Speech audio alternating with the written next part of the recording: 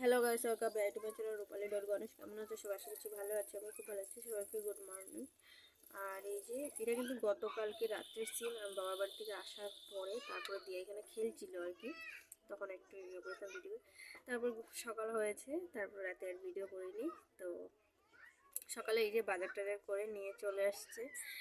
আর এখন বাজে প্রায় 11টার মতন। ও দেখি আজকে যেহেতু আমরা মঙ্গলবার, ও বাজার করে নিয়ে চলে আসছে, সবজি বাজার। তো সেগুলো আর কি আমি গুছাচ্ছিলাম, আর এদিকে নিয়ে আসছি দোকানের বাজার টাজার। আর সবচেয়ে বড় কথা হলো আমাদের তিনজনের জন্য মিষ্টি নিয়ে আসছে। তো তিনজনে মিলিয়ে আমরা মিষ্টি খাচ্ছি। তো আমি প্রথম আগে দিয়ে দিলাম, আমি বাবুর জন্য সন্দেশ মিষ্টি নিয়ে আসছিলো।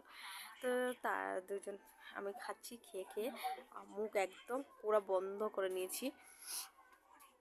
তো যাই হোক, এখানে হলো তারপর আমি শাকটাক কেটে শাকটাক ধুচ্ছিলাম, গিয়ে ঘাটের মধ্যে শাক ধুচ্ছি, যেহেতু ডেবার মধ্যে আমরা সব কিছু ধুতে লাগে।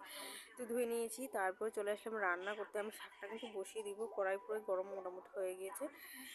তো ঝটফট করে আমি কড়াইটা করে তারপরে দিয়ে দিলাম এখানে শাকের জন্য, যেটা আজকে যেহেতু আমি আদা সম্বাস দিয়ে আর এখানে হলো শুকনো লঙ্কা করবো। তো আদা সম্বাস আমি এটা ভাবলাম, ওকে জিজ্ঞেস করলাম যে পাঁচফোড়নটা শেষ হয়ে গেলো, বললো আদা সম্বাস দিয়ে দেবো। তো আমি তো আর দিলাম না, শাকের মধ্যে আর আদা সম্বাস দিব না, খালি জাস্ট একটু শুকনো লঙ্কা ভেজে তারপর দিয়ে দিলাম।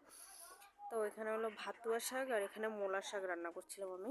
তো ঝটপট করে রান্নাটা কমপ্লিট না করলে হবে না। তো শাক রান্নাতে যেগুলো মশলা লাগে সেগুলো দিয়ে দিলাম, দিয়ে করে দিলাম।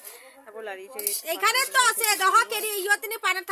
চুলার আঁচটা একটু কমিয়ে দিব যেতে। তো তাড়াতাড়ি করে রান্নাটা কমপ্লিট করতে লাগবে আমার, কমপ্লিট না করলে আবার হবে না। আমার কিন্তু অনেক কাজ আছে, সেইভাবে আমি কাজ করছিলাম, একটু লাড়ছিলাম অনেক, মানে যেটা আমি আবার অন্য রান্না করতে লাগবো। তো সেভাবে আর কি করছিলাম। তারপর ঢাকা দিয়ে দিলাম 5 মিনিটের মধ্যে। তারপর এদিকে আমি দেখলাম যে এই জায়গাটা খুব সুন্দর লাগছিল না গাইস।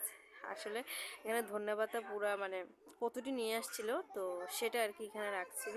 তো বেশ ভালো লাগছিল এই জায়গাটা। আর এখানে মূলার যে আগাগুলো সেগুলো কেটেছি। এগুলো দেখতে দেখতে দেখলাম শাক হয়ে গিয়েছে। তো শাক পুরোই হয়ে গিয়েছে, লাড়িয়ে চেড়ে ভালো করে নামিয়ে নিতে লাগবে বাটিতে। তো সেভাবে আমি লাড়ছিলাম, তারপর বাটিতে নামিয়ে নিয়েছি।